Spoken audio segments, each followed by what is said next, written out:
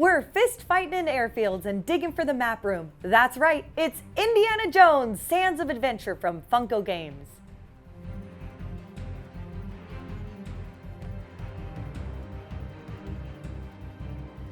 In this cooperative archaeological adventure, 2 to 4 players take the role of Indiana Jones and his allies in a battle for lost relics.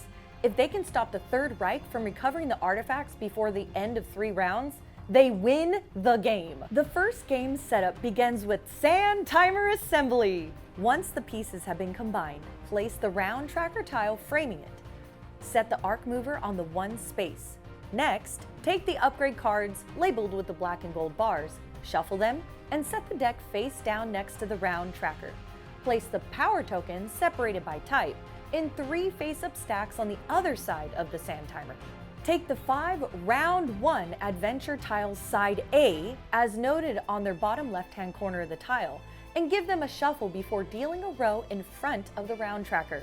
In future games, you can try a variety of sides and combinations of tiles, but for your first game, stick to the A sides.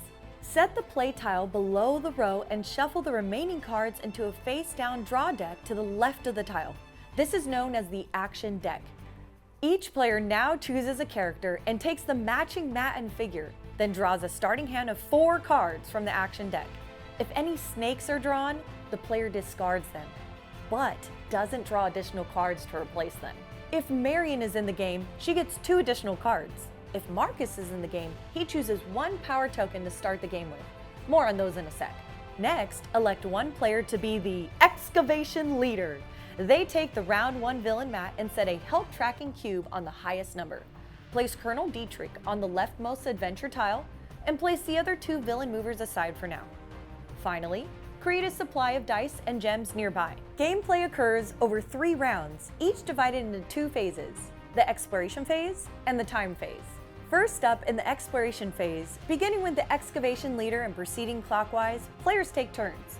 On a turn, the active player proceeds through 3 steps: move, do the adventure tile, and roll the threat dice. First up in the move step, the active player moves their figure to a new action tile. Since the figures start the game off of the tiles, they may move to any tile on the first turn. In subsequent turns, they must always move to a new tile from their current tile. Then, the active player does the adventure tile by enacting the effect listed. For instance, at the map room, the player could draw 2 action cards and play a card. After completing the action tile, the player then rolls the threat dice by rolling a number of dice shown in the bottom right-hand corner of the adventure tile. The results on the threat dice can be resolved by the active player in any order. Results include adding a small gem or large gem to the top of the basket above the sand timer. If all that size gem are already in the basket, add a gem of the other size instead. If all 12 gems are in the basket, flip the sand timer to start the timed phase. More on that shortly. Activate the villain. Following the instructions on the mat, move the villain 1 adventure tile to the right. If it's on the rightmost, it goes to the far left. Each player with a figure on the same adventure tile as the villain receives the villain's penalty. Once the threat dice are resolved, if the sand timer hasn't flipped, the next player takes a turn. Now turns continue until one big thing happens. When the sand timer flips, for any reason, the timed phase begins. And I mean any reason. Generally, this is from the gems added to the basket. Players are never allowed to touch the sand timer, except when removing gems between rounds. So the timed phase could begin at any time. The active player can choose to finish any actions they were resolving, but the sand is falling, and the timed phase has begun. During the timed phase, players must defeat the villain before the sand runs out. Starting with the active player and proceeding clockwise, players play fast turns until the round ends. The active player may play any number of cards, 1 at a time from their hand, onto the middle of the play tile. They end their turn by drawing a card from the action deck. Let's look at the cards and how to play them. Basic cards. These come in 4 colors and have 1 of 4 objects: book, emblem, hat, or shovel. To play one, at least 1 color or object must match the last card that was played. Upgrade cards. Same as basic cards, but they have 1 additional object or color and are thus easier to play. Attack cards. These are used to damage the villain. They can only be played if at least one color, one object matches the last card played.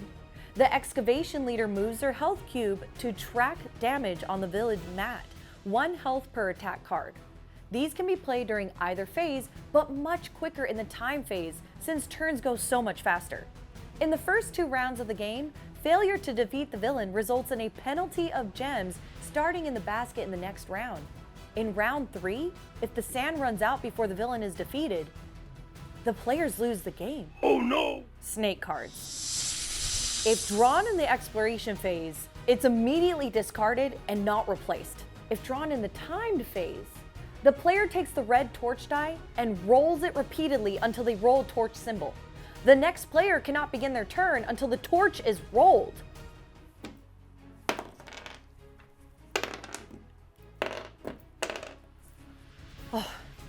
Also during the time phase, a player can use their power tokens by flipping them face down to be activated. Thus, each can only be used once per round.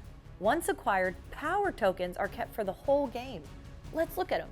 Ignore a snake. Allows the player to discard the snake without having to roll the torch die. Interrupt. Allows a player to play a card from their hand on another player's turn. It must still follow the play rules in terms of matching a color or object on the previous card. Play any card. Allows a player to play any card on their turn, regardless of the card below it on the pile. The time phase ends once one of the following occurs. The sand timer runs out. The villain is defeated. Or a player can't draw a card because the action deck is depleted. Was that meant to rhyme? To prepare for the next round, players take the following steps. Move the arc 1 space to the right on the round tracker.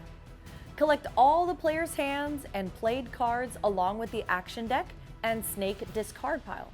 Shuffle them together into a new action deck. Each player collects their figure, flips their power tokens face up, and draws a new hand of 4 cards, 6 for Marion. Any snakes drawn are discarded and not replaced. Remove the gems from the sand timer. It's okay to touch it now. If the villain wasn't defeated, add the gems shown on their current health row to the basket. Then return the villain mat and mover to the box. Take the adventure tile for the next round, and as the team, choose 1 adventure tile to remove and replace with a new one, facing either side of the player's choice. Take the next round's villain mat with the health cube on the highest number, and put the mover on the leftmost adventure tile. A new round and exploration phase is ready to begin! Gameplay continues until the end of the 3rd round. If the players are unable to defeat Renee Belloc, the French Devil gets away with the Ark of the Covenant and the players lose the game. But if they can defeat Renee, they secure the artifacts and win the game. And that's the basics of Indiana Jones, Sands of Adventure from Funko Games. I'm Banzainator, and this is Good Time Society, and you can be my Marcus any day. Give this video a like, subscribe to the channel, and come back for more great games and good times. Bye!